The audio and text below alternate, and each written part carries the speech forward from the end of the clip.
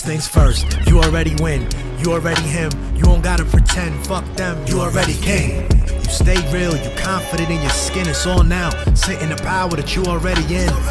This the story of a master from a true Bedouin, far away from home than few ever been. First round pick, league of the smooth gentlemen. The game rigged like 50 said it's a cruel sentiment.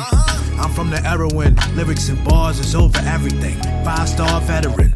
You couldn't walk in my fucking shoes or carry them. Excuse my borderline is very thin. Been married to the game like ever since maybe 2010. I realized most of y'all not serious. Point blank period. I flex and twist necks like cherry stems. Thought he was buried, but there he is, a new narrative.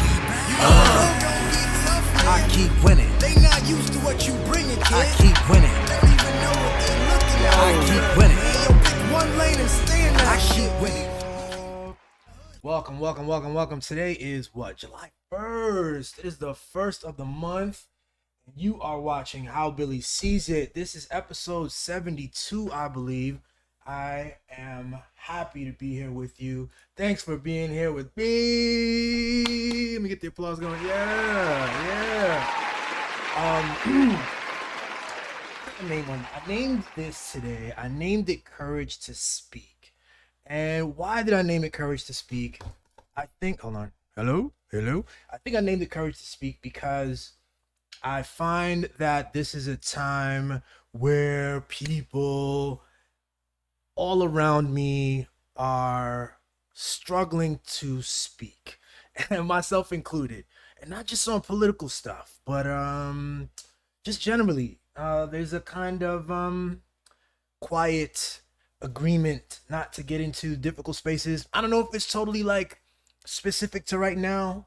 I was definitely raised in an era where one of the earlier things I remember, the phrase like you don't talk politics, you don't talk religion.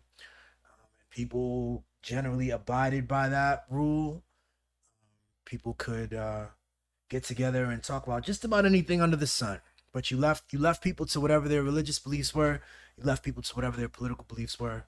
And you didn't really try to challenge that or get to understand it or interrogate it. And, where I'm at, I just think it is time to do something different. It's time to do something different. Everything is up for grabs. Every part of our reality that we've taken for granted is evolving and up for evolution. And the next phase of things will depend on the successful quality nature of our current conversations. So that's key. And that's key in politics, and that's key in personal. I mean, for me personally, I just find myself pressing forward, trying to speak more and more, trying to get more comfortable. If you've been following the show, I get on here, episode 72. I've been on pretty consistently, but sometimes I have these breaks, and I'm always like, you know what? I'm gonna come on here, be more consistent. In truth, what I'm trying to do now is I think I'm gonna launch a different show just to give it a different energy. This is How Billy Sees It. It's been from the jump. It's been it's kind of a political platform for me to get out my more serious thoughts and to get into some of my more challenging ideas related to media and the political scene and social sciences and my ideas about God and faith and all that. And I think I want to launch another show that will be more creative and loose, where you just kind of have fun and maybe even talk about the same stuff from a different angle without the goal of trying to, when I get on here, man, my goal is to really share info. My goal is to really pour out my true, genuine beliefs and to try to articulate it in a way that you guys will understand, the way that people will be able to grasp what I'm saying. You may not believe or agree with me. That's not necessarily the point, but you're going to know, where I stand and who I am. I think I've done a lot of that. So I want to just kind of branch out. So the other show will include this stuff, but it'll also be looser. Let me see the comments already. Sheba says, our religious, spiritual, political beliefs are kind of everything. LOL. We've been taught not to discuss them, so we don't know how, and it feels wrong to do so. Damn right, yo. we don't know how to engage with each other. Honestly, yeah, if someone has a religious, a spiritual belief, or a political belief, those are the undergirding things that inform their judgments, how they're interacting with everyone else, how they interact with themselves, what they think is going on. And a failure to talk about that directly leaves us not knowing each other, leaves us not really engaging with each other on the fullest and the broadest platform. You know what I'm saying? So for sure, I think we've been challenging that, trying to get into the weird places, and it's been tough for me. Real talk, it has been tough for me. It has been a challenge. It has been a growth process for me to get in here and talk. But we've done that a lot, and we're gonna continue to do that. There's so much more bullshit going on all the time. We just finished that CNN debate last week, which was just a mess. We got updates from the Supreme Court where it seems homelessness is now illegal, but the president can do nothing illegal. There's nothing the president can do that would be deemed illegal, it seems now, based on some of these most recent rulings. And also, they also legalized or normalized bribing, even in the judiciary space.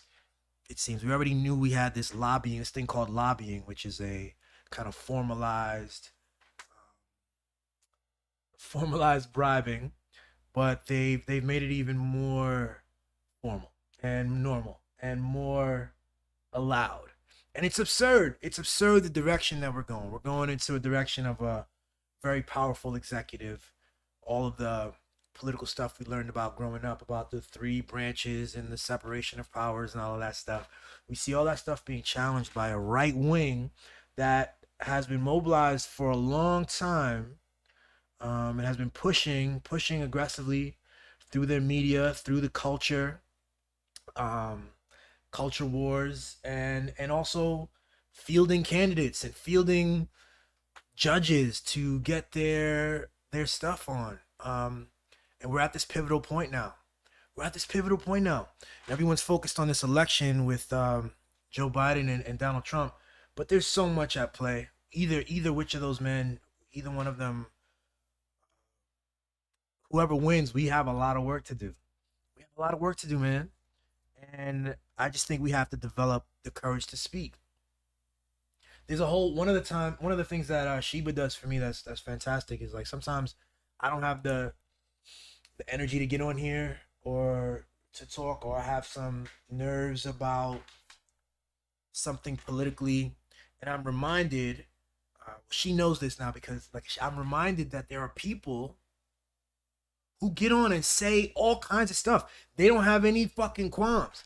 They're not nervous at all about advocating for a genocide, about defending a genocide, about using slippery, manipulative language to cover the fact that they want to, that they're defending genocidal actions through the Israeli state. They don't have any problem critiquing human expression and trying to, press people into exactly the kinds of zombies that they think we should be.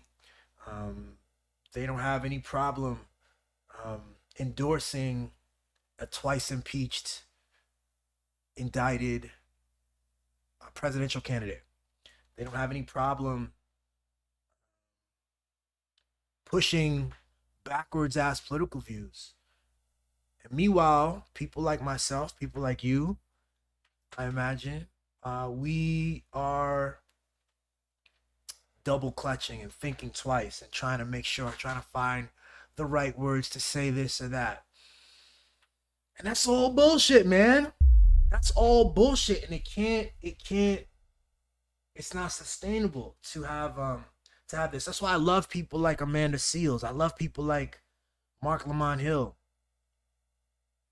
I love, I have the media center on billybunton.com/media center. I have a whole database of really interesting, quality commentators, independent thinkers who engage in journalism, who try to help us understand and parse through what's going on every day. And I do my little part. I come in on Mondays and I do this for the most part, but I'm gonna step it up, yo. I think we need to do twice a week. Twice a week. I'm gonna do this second show. We're gonna launch it, so it'll be twice a week, and like I said, it'll be a bit more playful, but just give me a little bit more room to a little bit more casual. Talk about talk about everything. Talk about everything. Um, we gotta talk. Everything's political, you know. Everything is political. As I've talked about, everything is one thing, but we have these words. We label this political, and then we label that not political. But of course, your job is political. No matter where you're working, there are political implications for the job that you're working. Different, uh, your family's political.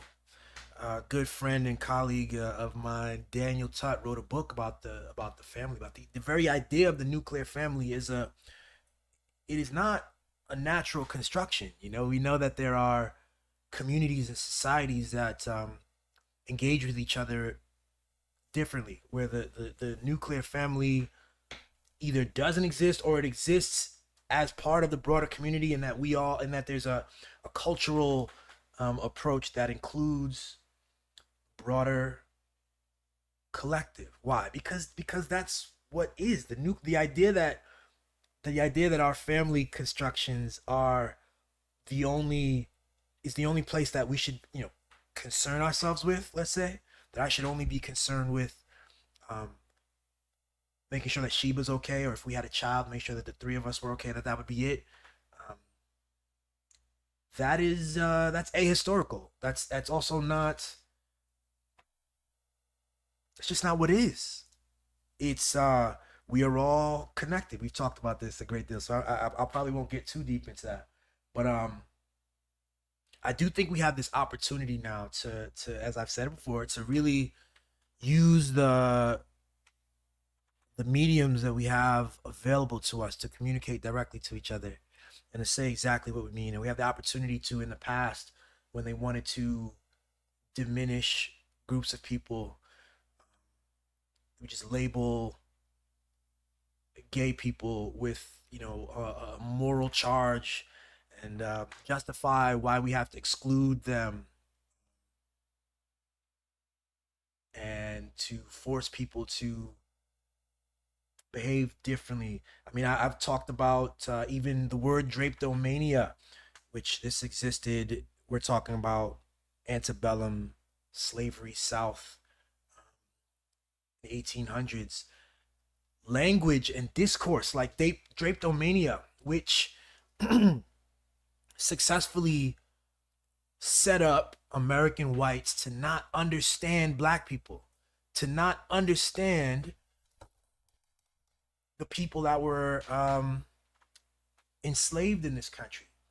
And when the white people would see a black person uh, being expressing their freedom, leaving the plantation, choosing freedom, they came up with a word for that, and it was a word to diminish uh, them and to stigmatize it. Drapetomania meant that this enslaved person was crazy. They were crazy. They couldn't understand that their role was to be a slave in this society. And that carried water because the average white person would never get a meaningful opportunity to hear and listen to and learn from, understand the true inner workings of the black people, especially once they had already had an all-encompassing narrative given to them by the white media that told them already. When they saw expressions of blackness and humanity, black humanity, they had a story for it. They couldn't see that this is just them. That black people were acting exactly as they would act. Today we have the opportunity just to go through and cut through all that. It's very, you really have to be willfully ignorant to fail to engage with people of a different skin color, of a different cultural expression. A lot of the stuff in Palestine, in fact, the complete failure of the Israeli government and the propaganda arm and the American media propaganda arm to like really lock in their narrative about Palestinians being terrorists and animals and all of this stuff has to do in part with, as we know, TikTok and Instagram and seeing people, men and women and young journalists who are speaking English to us. They're finding a way to even speak English because it's not their first language. When they're speaking to people in that part of the world, they speak a different language. But when they speak English, they're speaking to us. They want us to understand. Yo, look at us. We're just like you, but we're here, and we're in this predicament, and that changed everything. You can't simply get away with a bullshit, fake, violent, divisive narrative the way you could a generation ago. And the people who rest on the top of our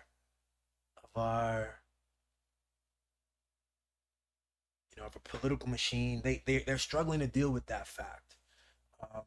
But what's really necessary is this capacity to step into it and to speak and to use your voice and to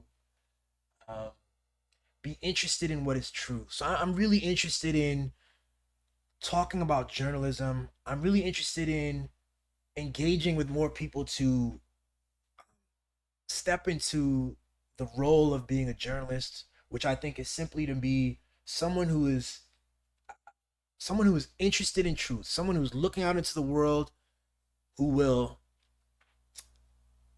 with intention and with skill, seek to ascertain what is true and then verbalize what is true, to form words, create the narratives that help others people see what is true without having to experience it firsthand. That is what journalism is about. Okay.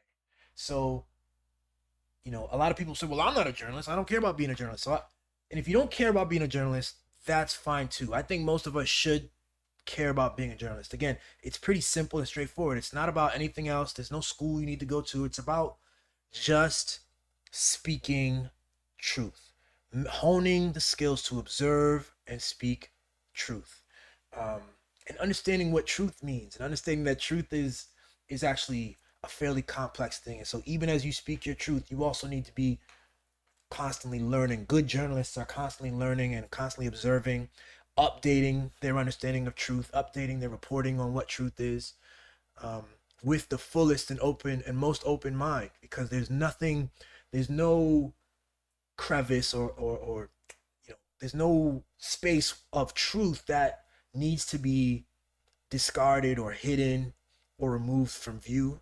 Why would you do that? Except to promote some sort of an untruth, except to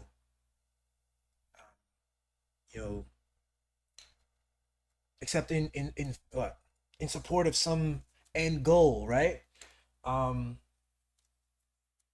But that's journalism. And for those who are a little bit gun shy on the word journalism, then the real thing is just speaking, because the journalism that I'm pointing to is not, we're not just talking about presidential candidates, we're not just talking about Palestine, we're not just talking about what's going on in protests and things like that. It's about me. It's about you. It's about what does it mean to be you? What does it mean to be human? What does it look like in your part of the world right now?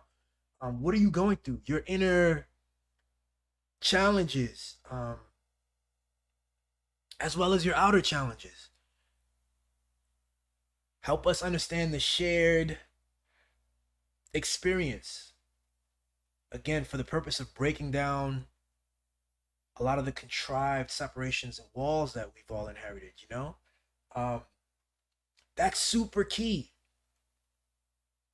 And to understand the value in that, and to not be ashamed of that, and to not be afraid of that, and to not be afraid of looking silly. I'm deeply inspired. Not everyone has this, but I have this wife who's a crazy comedian and a writer, an attorney. She's brilliant, and very brave, and she has a show. We launched two shows for her: Sheba Sunday, as well as Crowd Work. She gets on every now and again. You see Sheba Sunday in the comments. That's her. um,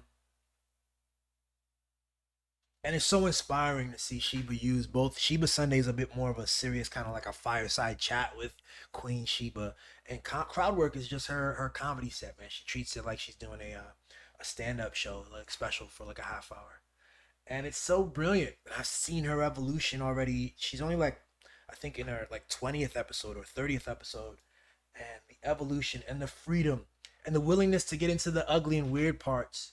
I get comfortable sometimes talking politics because it's external, it's outside of me. I get uncomfortable talking about Billy, about myself, about my relationships with my mom and my brother, and with, other things that are personal. We all have that right to keep things personal. I think it's valuable to keep certain things personal, keep things yourself. I think it's also safe. It's safer in some ways.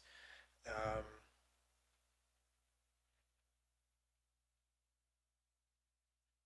hmm, it's safer in some ways. I want to think about that more. But I'm very interested in myself. I'm training myself to get comfortable to to not hold back, Like when I first started this, man, I would get on here, man, and the amount of things going on in my head, that the way I wanted to say something, I gotta say it just right, and I'm trying to avoid saying I don't want to offend this or that. Man, we have to get comfortable in a space of flux and maybe a little bit of offense, but mostly love. We're not here to offend, for the sake of it. We're here to interrogate what is. And what that means is that at times there will be friction, and at times there will be misunderstanding. At times there might be an offense, but that's okay. We got to move forward in it, and we have to accept truth. And if I say something that is offensive, I wanna be alerted to it. I want to hear your opinion. I want your truth, and it might benefit me. It will benefit me to hear your truth. I'll make that straight away. Hearing your truth will benefit me. The question is, it might or may not change what I know. It may or may not change how I approach a situation. But for all of us to get comfortable and courageous saying what is, again, because there are people who are willing to say what is from their vantage point, people who are willing to manipulate what is in fact in order to produce the political ends that they have in their heads. So it's like, what an opportunity to gain the courage to step into the self, to articulate without fear. um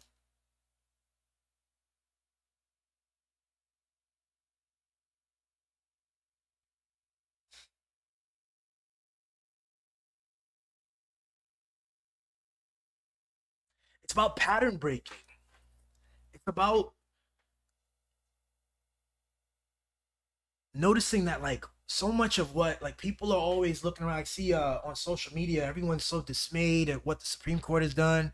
Everyone's dismayed about the debate and that CNN debate, and Trump. Oh, what are we gonna do? Trump's probably, and Biden looks a mess and all that stuff. I think that we need. I think we need to step into our own agency, man, and just fucking speak, yo. And that's what I intend to do, man. And that's what I want to invite everybody who's watching this to to do the same thing, yo. Um, to just speak. So we here. We speaking. Let's see what Sheba says. What do you think of B-roll as the name for your new show? Think about it. B-roll, B-roll. That might work. I know you've been messing with B, and I like stuff with B in it. Yeah, that might work. What was the other one? I think it was B. Be real or be easy that you came up with before. Oof, they're forced to perform for our attention in the hope we'll hear them and speak about it. Ooh, I don't know which one what are you referring to in that? Oof, they're forced to perform for our attention in the hope we'll hear them and speak out about it. Disrupting the pattern of helpless hand-wringing. Yes. Yeah, that's the other thing. Like, what is there without speaking? In fact, this fear has been instilled in us. It's not real. It's not even close to real. It's a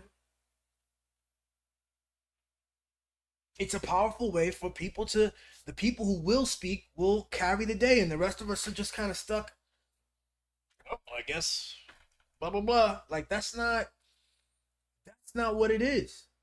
That's not what it is, yo. And it's all about, I just think there's so much power also in stepping towards fear. If you have any anxiety around speaking, um, what an opportunity to interrogate that and to step into something new and to try it. Again, this won't be super easy for everyone. It's not super easy for me. I do feel just super lucky. My partner and I, we just try stuff, yo. We get in. It's like, who cares? Who fucking cares? And in fact, part of what I need to do too is to get even more comfortable, because sometimes, true, if I'm gonna just keep it a buck with you, I come on here how Billy sees it, and I have this general sense of like, I want to be cool, I want to be relaxed, I want to be myself, but I also want to be kind of like appropriate. And we're talking about serious political stuff, right? Let's do the serious political stuff. So I gotta, for me, it's like getting free of that. So I'm gonna get up, I'm gonna move around,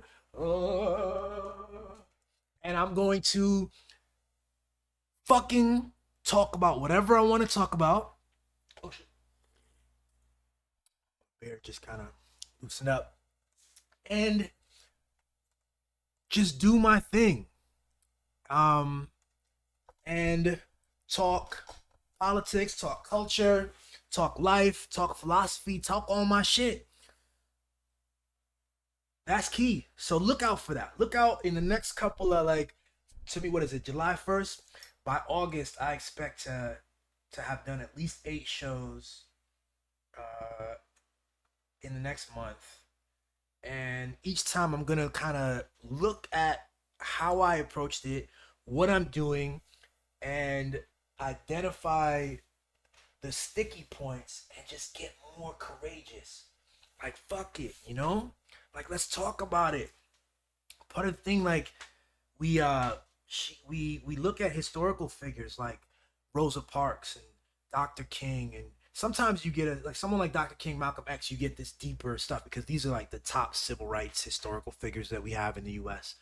But someone like a Rosa Parks, you don't get the full picture. And even with Dr. King and Malcolm X, these figures, we don't get the full picture. We don't understand who they were. We don't know the depth of James Baldwin and the fear that he walked into for him to address himself as a black, homosexual man in that time period when all of those categories were meant that you would be an underclass. You know, the frailties, the challenges of what they went through, it puts them in this category as though they're separate from us. And I've come to know that none of these people are separate from us. They're all people. They're all people. If only they had access to a fucking webcam in their homes and a microphone, we could have had so much info about their inner workings and their challenges, and we would have a much deeper texture about who they were and what they went through, and maybe we would be even further encouraged ourselves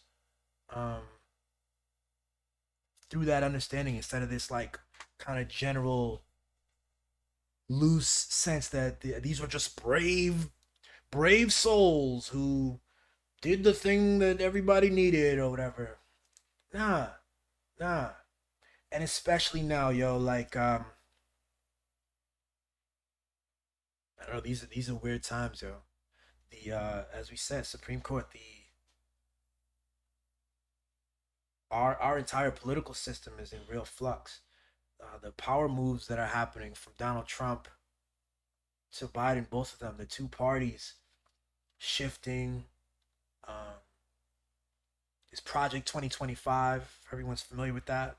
It's a right wing project that wants to kind of move towards a Christian nationalism. So, you know, it's all weird stuff. So, what's our values? You know, this Steve Bannon is out there pushing Project 2025, pushing beyond Project 2025. He's got a whole vision for the country. And I fear that a lot of us, we are caught in our personal lives and afraid to speak, and generally just we're stuck in a cycle of being shocked at the efforts of other people, instead of like actually taking the reins and creating the world that we want to see. When others do this thing, it's just like, oh my god, they're moving forward with Project 2025. Well, what's our vision? I know lots of people have been talking. Again, I mentioned some of them. People are talking about. Again, you try to get back.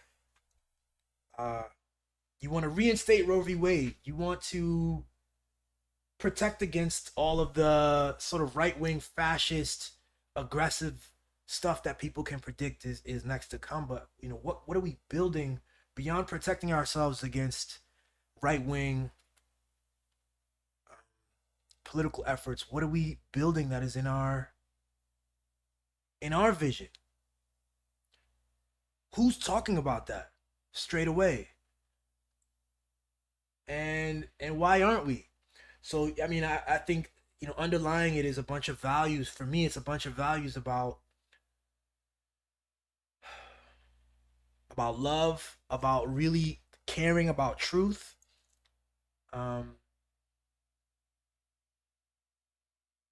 and empowering ourselves to actually like do that shit, and in finding other people who are willing to do the work, kind of like what I'm attempting to do, which is to get comfortable in front of this camera, to say what the fuck I want and what the fuck I see, and what the fuck I know, and to train ourselves all to get as comfortable as the Steve Bannons, as the Matt Walshes and the Ben Shapiro's, these clowns, these barely politically literate.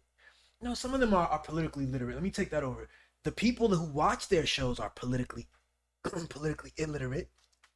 People who subscribe to Daily Wire Plus are for the most part fairly politically illiterate, and Ben Shapiro knows that. But he himself is quite literate politically, and he's active, and he's comfortable, and he says his shit, no matter how stupid and no matter how harmful. So who are we? Who are we to not have the same courage to speak? Why would we cede that ground to clowns and dummies and people who are paid? A lot of the right-wing media stuff, it's purely capitalism in media. It's just paid division, and of course they also do have a political agenda. That too is you know, they figured out an economy around that.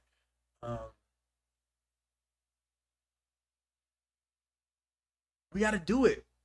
We got to talk, and those of us who are good in front of a camera, those of us who have some charm and some humor and can get out there, we got to do it. So if you're seeing this, there's a reason you're seeing this, and I'm talking directly to you. And I think you know, set up your stream, get on Instagram. It doesn't have to be political. Talk about what it means to be you. The more we have that, the less possible it is for people to try to separate us and to try to like put a label on you, and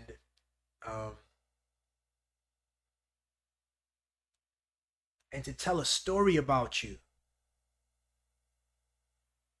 that certain audiences in this country will have a story about you that isn't yours, you know?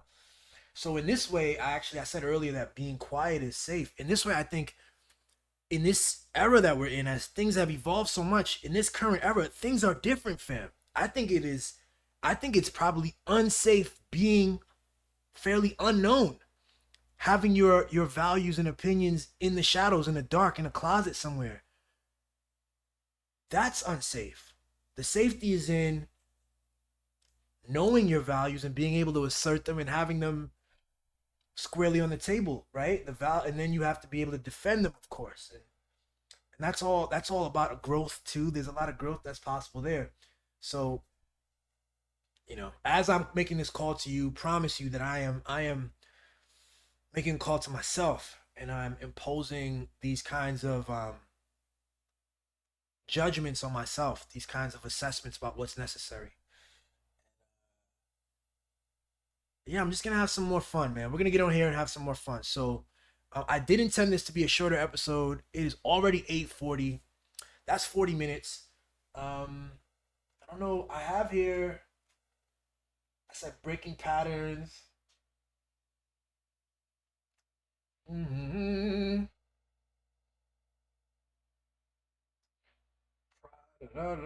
Yeah, man. I don't want to get into anything other like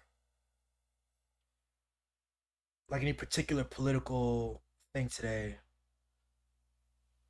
or even philosophical, except for this philosophy that I'm trying to tease out here, which has to do with our capacity to speak to each other more directly and more honestly and more freely and more courageously. We need that shit. Sheba says, yes, get free. Success takes more audacity than talent. Regarding Project 2025 and what can be built beyond that. The Palestinians are forced to perform attention in the hopes we'll hear them and speak out. Yes, that's what she meant. Yeah. Speak out in English. Sheba says, who are we to not have the courage to speak? Yes. We're going to let these mediocre and evil white men hog the mic and spotlight? Absolutely not. Mediocre. For real, man. These fucking clowns, man. Anyone can be political. Only you can be you. That's what's interesting and useful. Thank you. This was an awesome episode. Thank you for the challenge. Yeah, I'm on it, yo. This is a challenge, and I'm gonna hold myself to it. I have this amazing wife who's also gonna hold me to it. We're gonna hold each other to it, and it's already been an insane year. It's an insane couple of last years, growing and changing and getting comfortable on this platform and doing the 72 episodes that got us here. But yeah, watch how this thing continues to grow. I'm gonna get more comfortable. We're gonna have some more fun. And thank you again. Thanks for watching. And check out my music, fam. I got some new music coming up later. I'm gonna let y'all out with a different song, not Crash Course. We're gonna do Carry On, man. We Carry On, which is my political track I dropped about 3 weeks ago. All right, take it easy, yo. We Carry On. Peace.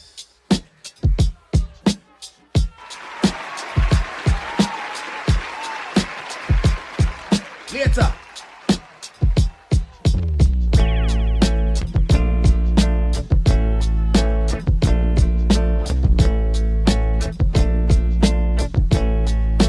Guess who fresh out the basement? Guns blazing, blew through grave shift and rearranged it. Shit dangerous. Like twin me and us switched places. We good now, it's all greatest. Thanks for your patience.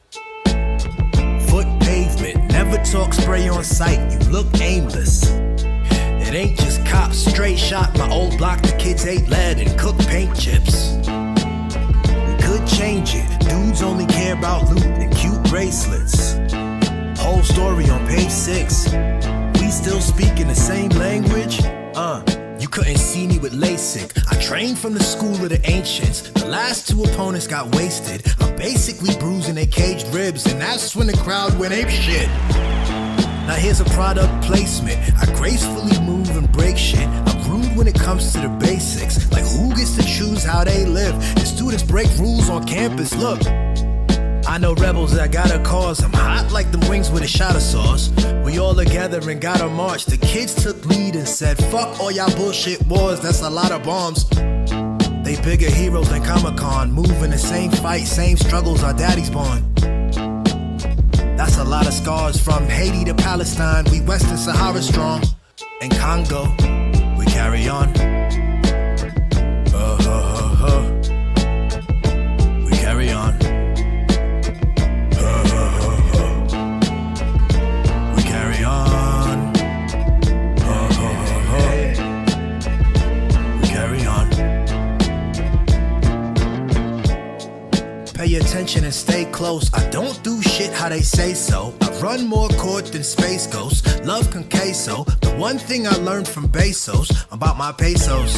They can't touch my caseload. Never won't trust the labels. Dracos in plain clothes. Link more thoughts than payphones. Lay low. Don't suffer fools in April. No. Check my catalog. It's never no beef for battle of. They go vegan when cattle comes. I break down whatever your status was. Most of the bullshit never added up. Now you mad at us.